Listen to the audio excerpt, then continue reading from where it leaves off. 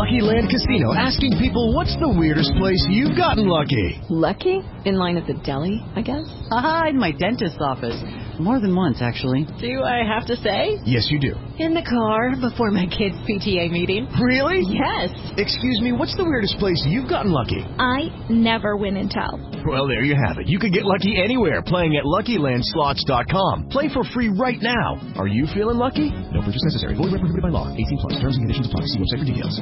Hello, it is Ryan, and we could all use an extra bright spot in our day, couldn't we? Just to make up for things like sitting in traffic, doing the dishes, counting your steps, all the mundane stuff. That is why I'm such a big fan of Chumba Casino. Chumba Casino has all your favorite social casino-style games that you can play for free anytime, anywhere with daily bonuses. That should brighten your day a little. Actually, a lot. So sign up now at ChumbaCasino.com. That's ChumbaCasino.com. No purchase necessary. VGW Group. Void where prohibited by law. See terms and conditions. 18+. Palmolive soap, your beauty hope, and Luster Cream shampoo for soft, glamorous, caressable hair bring you Our Miss Brooks, starring Eve Arden.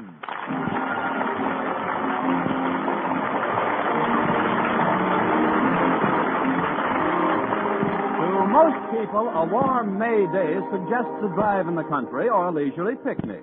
But to our Miss Brooks, who teaches English at Madison High School, it has a far different significance. Yes, indeed. To me, a warm May day means just one thing. Mr. Conklin, our beloved principal, is putting the heat on. Some people feel that Mr. Conklin makes his teachers miserable because of his thoughtlessness. I don't agree. You can't make so many so miserable so often without giving it plenty of thought. Well, but perhaps I'm being too harsh in my judgment. A principal's life can't be all a bed of roses either. There must be many nights which he spends tossing and turning in his bed until the wee small hours, hoping, planning, thinking, saying to himself, "What can I do to them this week?" Well, during the free period last Friday morning, his nocturnal efforts seemed to have borne fruit. He started an impromptu quiz without prizes. Miss Brooks. Uh-huh. Oh, yes, Mr. Conklin? Conjugate the verb strive, please. Strive, strive, strove, striven. Now, thrive. Thrive, throve, thriven. Oh, no. Really, Mr. Conklin, these sudden little tests are quite disconcerting. I don't... Silence, Miss Brooks. We're not finished. Yes, sir. More verbs? 5. 5. 5-fold, fiven. Now, wait a minute, Mr. Conklin. 5 isn't a verb. Thank you, Miss Brooks. I knew my visit to your room would produce some valuable bit of information. Now, my main reason for dropping in, however, was to ask you to do me a favor, Miss Brooks. As you know, Sunday is Mother's Day. Yes, I know, Mr. Conklin. Thanks to a special savings plan I started in February, I was able to send my mother a card this morning. But what did you want me to do for you? I'd like you to take this package home with you and keep it until Sunday morning. It's a little Mother's Day remembrance for Mrs. Conklin, and I don't want her to stumble upon it before time. Wonderful woman, Mrs. Conklin, and she's trained our daughter Harriet to be a duplicate of herself. Really? Yes. Yes, between them, they're the two biggest snoopers in the county. That makes it unanimous. I'll be happy to keep the package for you. Thank you, Miss Brooks. I hope my daughter Harriet remembers Mother's Day. Lately, she's had her mind on nothing but that moronic manager of the baseball team, Walter Denton. Oh, Walter isn't so bad, Mr. Conklin. Of course, he's not a brilliant student. Brilliant? Walter Denton is Madison's gift to subnormality. The thing that annoys me most is the way he bounces. He never goes anywhere. He always bounces there. Hiya, Miss Brooks. I just thought I'd bounce in for a minute. Well, if it isn't the human handball. Oh, hello, Mr. Conklin. If I'm interrupting anything, I'll just bounce along. No, Walter. Mr. Conklin was about to dribble back to his office. That is, you were finished with me, weren't you, Mr. Conklin? Quite. Good morning, Miss Brooks. Goodbye, Mr. Conklin. Hasta la vista, Mr. Conklin. I learned that in Spanish. It means see you later. Oh. Well, no se lo veo a usted primero. What does that mean, Miss Brooks? That means not if I see you first. Now, what can I do for you, Walter? Well, I need some advice, Miss Brooks. And as is my wont when I want advice, I've hied myself to my favorite English teacher. Or for that matter, my favorite any kind of teacher. Are you sure it's only advice you want? Oh, sure, Miss Brooks. It's about a Mother's Day gift, but a very special type of mother, Miss Brooks. That is, well, I know it's impossible right now, but just for supposition's sake, suppose you woke up one day and found yourself a mother. I have a mother. Of course, she's miles away. No, Miss Brooks, I didn't mean it that way. I mean, if you awoke to find that you were a mother. Now, what would your first question be? What did it weigh, Doc? Are you sure, Miss Brooks? Are you quite certain you wouldn't say, how is my husband? Not me. I might say, who is my husband?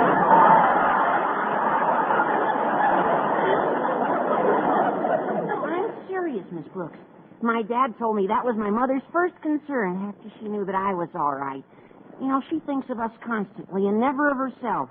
But me, what do I do in return? I don't get out of bed when she wakes me. I leave my clothes all over the house. Sunday's Mother's Day, Miss Brooks, and I've got to make it up to her. Well, that's pretty short notice, Walter, but I have a suggestion for you. You have? Yes. Sunday morning, wait till your mother starts to make breakfast.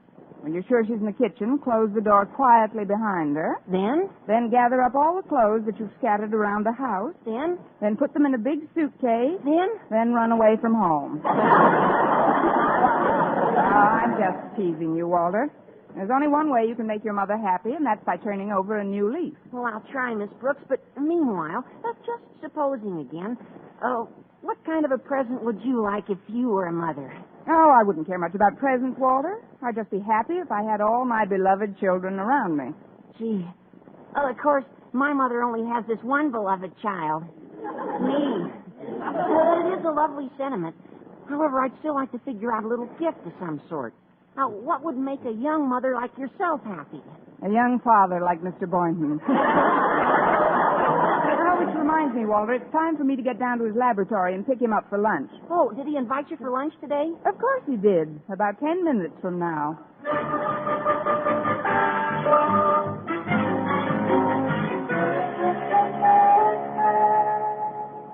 Now tell me, Walter, were you able to find out what kind of a gift she'd like? I couldn't find out a thing, Harriet. But we've got to get her something. What's the good of naming Miss Brooks our mother away from mother if we can't surprise her with something she wants? Gee, I'm sorry, Harriet, but all she'd say was that she'd be happy with all her beloved children around her. She was kidding, of course. I hope. Kidding? She wasn't kidding. She meant us. Oh. Now, let's see.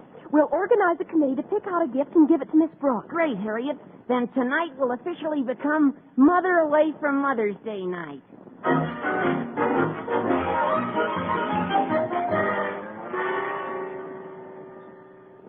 Well, now that we're finished with lunch, Miss Brooks, I've got a surprise for you. Surprise? What is it, Mr. Boynton?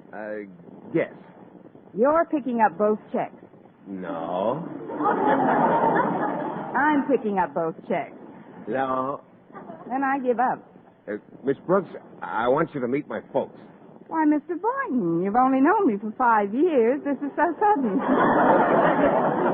I just found out they were coming to town myself. You see, they usually spend Mother's Day with my married brother, but Mom decided that this year it's my turn. To do what? Oh, your turn to spend Mother's Day together. That's right. You'll love my mother, Miss Brooks. She used to be a school teacher, too, you know. As a matter of fact, she worked herself up until she was a principal. You got to get pretty worked up to be a principal. Oh, I'm sure we'll get along splendidly. And you'll be crazy about my dad. Oh, what a sense of humor he's got. He's the one who told me the joke about the quizmaster who called out, "I've got a lady, doctor," but before he could ask her any questions, she stuck a thermometer in his mouth and took his pulse. Isn't that a scream? Your father sounds like more fun than a barrel of nothing. May I ask you a rather personal question about your folks? Oh, certainly, Miss Brooks. What is it? How long did they go around together before they were married? 9 years. I see. Folks believed in long engagements in those days, I guess, huh? Oh, they weren't engaged until 6 weeks before the wedding. 6 weeks? Mm-hmm. Once Dad makes up his mind about something, he's greased lightning. He could have used a little greasing the first 8 years. I'll certainly be looking forward to seeing them, Mr. Boynton. When are they arriving in town? Oh, this afternoon, Miss Brooks. I'll have to check them into a hotel for the weekend. I've just got a small bachelor apartment. Yes, I know. You've told me about it. Maybe your folks would like to drop over to my place tonight.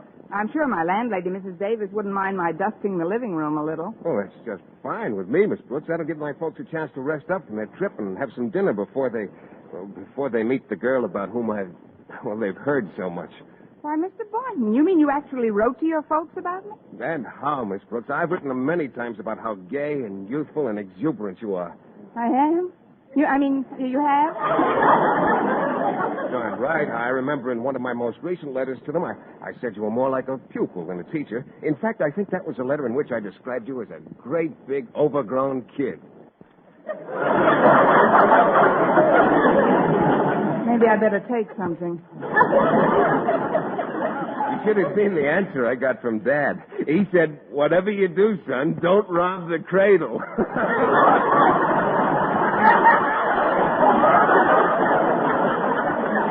Yeah, leave it to Dad.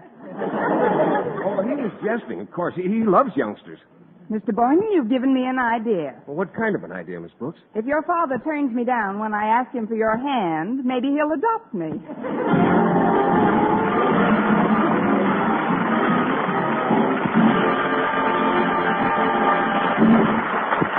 Our Miss Brooks, starring Eve Arden, will continue in just a moment. But first, here is Vern Smith. Here's wonderful news, ladies. Wonderful, wonderful news. Now there's something thrillingly new in Palmolive Soap's famous Beauty Lather. Yes, something thrillingly new. Palmolive's famous Beauty Lather now brings you new fragrance, new charm, new allure. Millions of women will prefer Beauty Lather Palmolive over all other leading toilet soaps the minute they try it. For Palmolive Soap's famous Beauty Lather now has a new, clean, flower-fresh fragrance for new allure. New charm. So, ladies, forget all other beauty care and use Palmolive soap the way doctors advise for a lovelier complexion. Just stop improper cleansing and instead wash your face with Palmolive soap 3 times a day, massaging Palmolive's wonderful beauty lather onto your skin for 60 seconds each time to get its full beautifying effect. Then rinse. That's all. All types of skin, young, older, oily, respond to it quickly. Don't wait another day to try Palmolive's Beauty Lather. You'll be thrilled by its new fragrance, new charm, new allure. Thrilled again by the fresher, brighter complexion doctors prove may soon be yours. For new loveliness all over, use big bath-size Palmolive in tub or shower.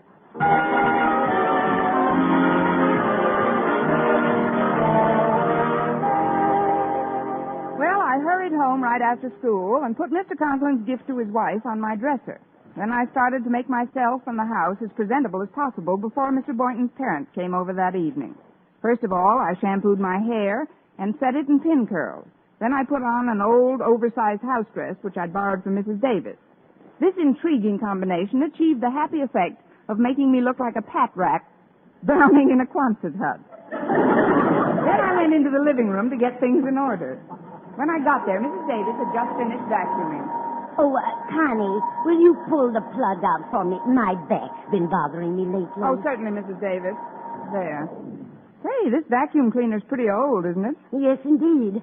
But it's held up remarkably well. I bought it in 1932. 1932? Yes. This Hoover came in when the other one went out. Well, just so the place looks nice and neat for tonight. You know, I've never met Mr. Boynton's parents before. I know you haven't, Connie. And first impressions are so important. Mm-hmm. That's why I sent our sofa and all the chairs out to be recovered. What? Every chair in the house is at the upholsterer's, Connie. But don't worry.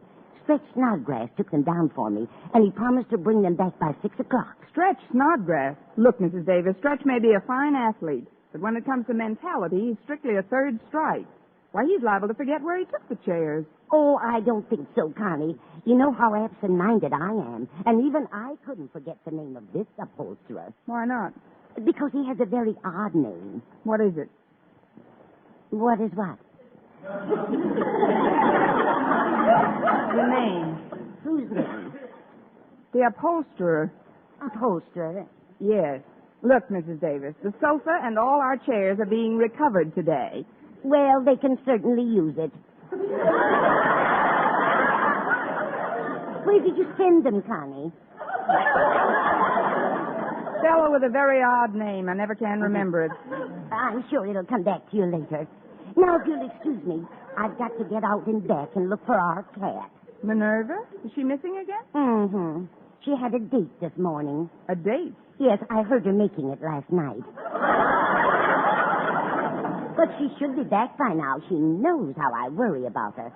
Well, you let me know if she comes in the front way, Connie, and I'll take a look back here. All right, Mrs. Davis.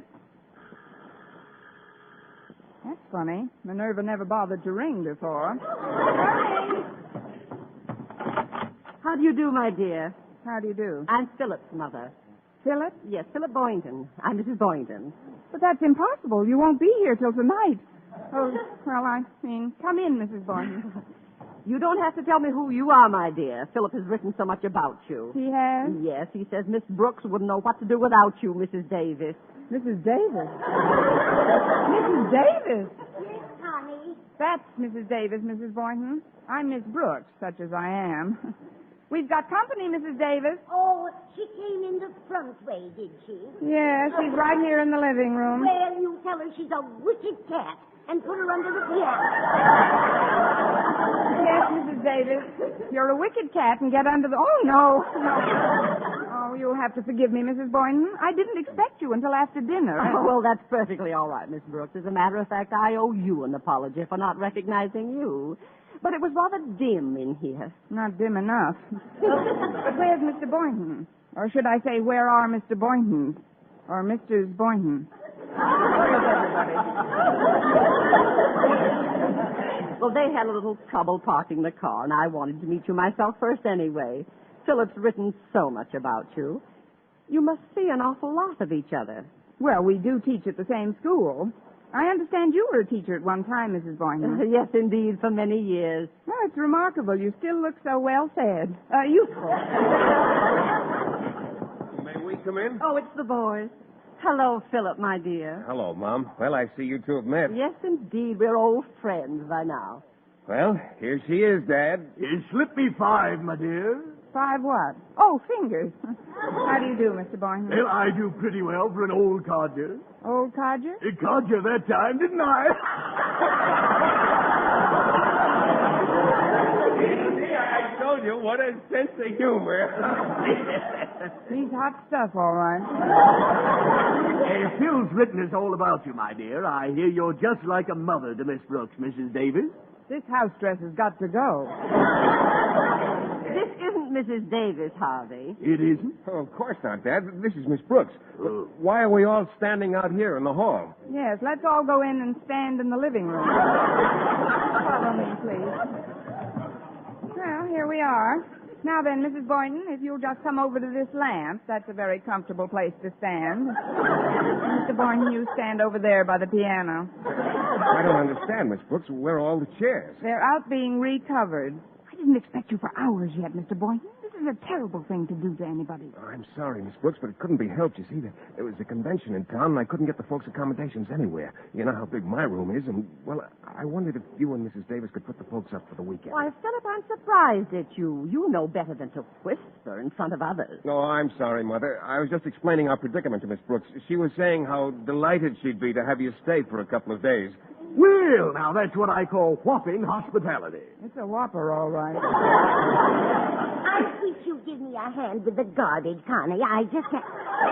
Oh, I beg your pardon. This is Mr. and Mrs. Boynton, and this, contrary to popular opinion, is Mrs. Davis. How do you do? Hello, Mrs. Davis. Good afternoon, Mrs. D. Nice little place you've got here. I just invited the folks to spend the weekend with us, Mrs. Davis. If you don't mind my doubling up with you, I figured they could have my room. Oh, that's perfectly all right. Oh, dear, the upholsterer. You folks must be tired after your trip. Why don't you go to bed? Bed? It's only 4:30 in the afternoon. Oh, Mrs. Davis was only kidding, Mrs. Boynton. She's got quite a sense of humor, too. Just remember one thing, Mrs. Davis. You can't kid a kidder, kiddo.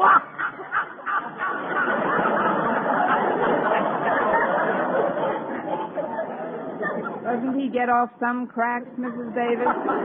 Yes, he's a Jim dandy.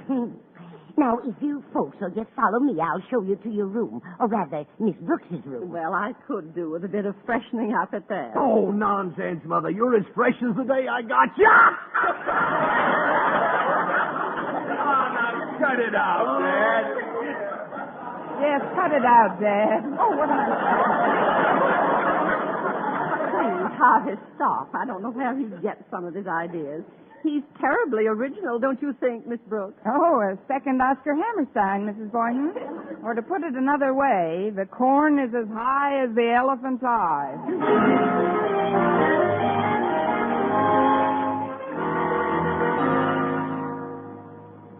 Well, Miss Brooks certainly has a comfortable room, Harvey. Yes, indeed. That shower and a little cat nap's just what the doctor ordered.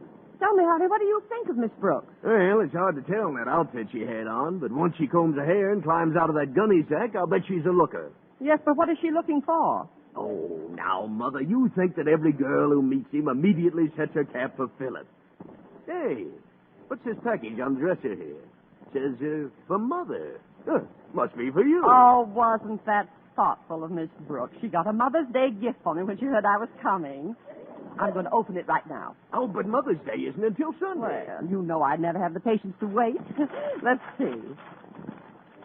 Why, what's this? A black sheer negligee. Well, happy Mother's Day. Well, this can't be for me. Hey, look, this card fell out when you opened the package. It says, for baby from her goodie. Well, so it belongs to Miss Brooks. Harvey, you don't think that Philip Ooh, certainly not. He wouldn't have nerve enough to ask for that in the store. Well, I'm going to find out just where this came from. Oh, Miss Brooks. Yes, Mrs. Boynton? Would you come here a moment, please? Certainly, Mrs. Boynton. What can I do for you? Well, I opened a package by mistake and found this inside of it. A black sheer negligee. There was a card with it that said, for baby from Goody. Goody? Oh, that must be short for Osgood. Why, of course, that was Mr. Conklin's gift. Mr. Conklin, the principal of Madison High? Yes, isn't he a devil? He asked me to keep it for him so his wife wouldn't discover it before Mother's Day. Oh, it's for his wife. Yes, who did you think it was for? Don't answer that. I can tell from the position of your eyebrows. My eyebrows? Yes, Mrs. Boynton. You'd better drop them a notch. You're pushing back your hairnet.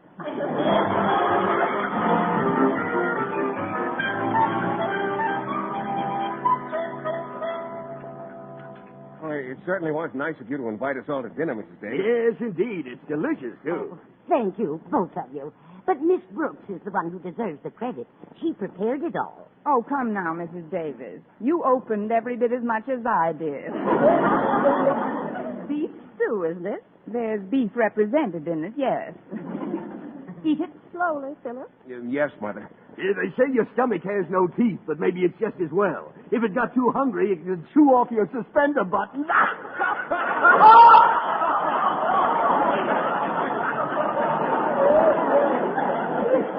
He always gets me when I've got a mouthful. Now, Philip, he's such a baby. Yes. He's nothing but a great, big, overgrown kid. Now, that's funny. That's the same phrase that Philip used in describing you in one of his letters. Well, she is, Mother. You ought to see her around the school. Why, the students just treat her like one of themselves. Oh, yes, indeed. We kids have some great old times together. Oh, I'm glad. I like Philip to have lots of youthful friends. The younger, the better. Well, they don't come much younger or better than Miss Brooks, Mother. Well, thank you, Mr. Boynton. Call me Philip tonight. I'll answer it, Connie. Excuse me, folks. I wonder who that could be. Well, come in, kids. Hi, Mrs. Davis. We're a committee. Who is it, Mrs. Davis? Walter and Harry and Connie. I'll bring them in. Oh, we didn't mean to disturb you, Miss Brooks. Oh, that's all right, Walter. I was just telling the folks how informal we are at Madison.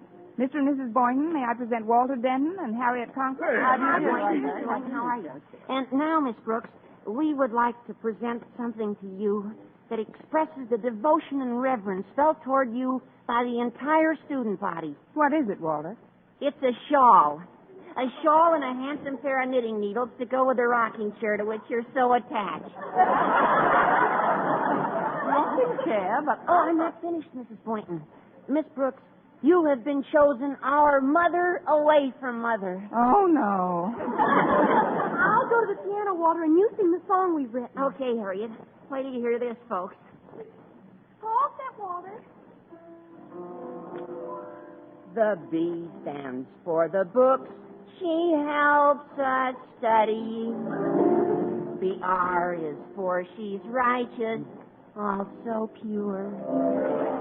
The O is for the fact that she's our buddy.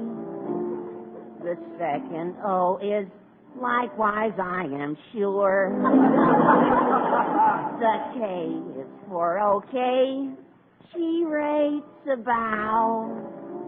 The S is for her sadly wrinkled brow. She's motherly, just like Elsie the cow. Miss Brooks, we love you dearly. Miss Brooks, that's me. I'll always be Miss Brooks.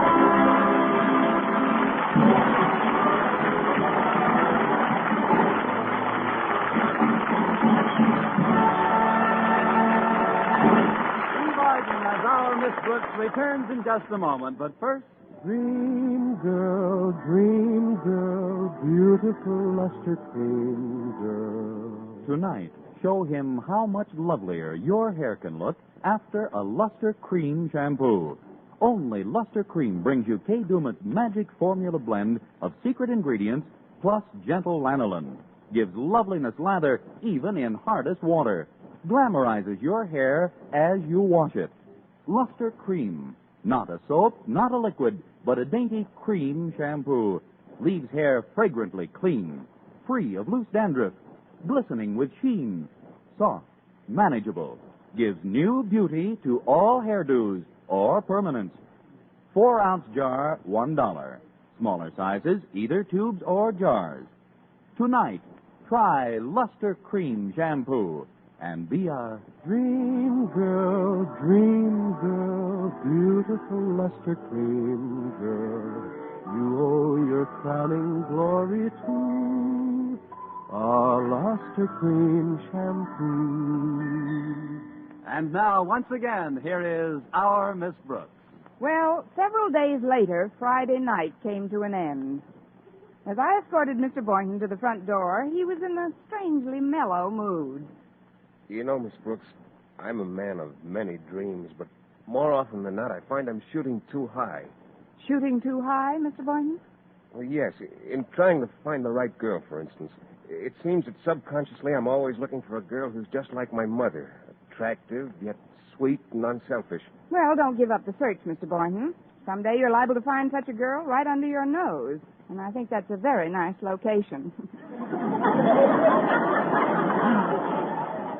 What I mean is, when you gave up your room for Mother, I suddenly realized that you're not only attractive, but also sweet and unselfish. So, Miss Brooks, instead of just shaking hands like we usually do... Yes, Mr. Boynton? I'd like to say goodnight to you the way I do to my mother. With a kiss. A kiss, Mr. Boynton? Yes, on the forehead. There you go, shooting too high again. Next week, tune into another Our Miss Brooks show brought to you by Palmolive Soap, Your Beauty Hope, and Luster Cream Shampoo for soft, glamorous, caressable hair. Our Miss Brooks, starring Eve Arden, is produced by Larry Burns, written and directed by Al Lewis, with music by Wilbur Hatch. Mr. Boynton is played by Jeff Chandler, Mr. Conklin by Gale Gordon. Others in tonight's cast were Jane Morgan, Dick Crenna, Gloria McMillan, Frank Nelson, and Myra Marsh.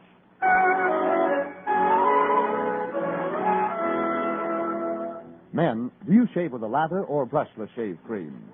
Palmolive shaving cream comes both ways, and whichever way you prefer to shave, you'll find that using Palmolive brushless or Palmolive lather shaving cream can bring you more comfortable, actually smoother shaves.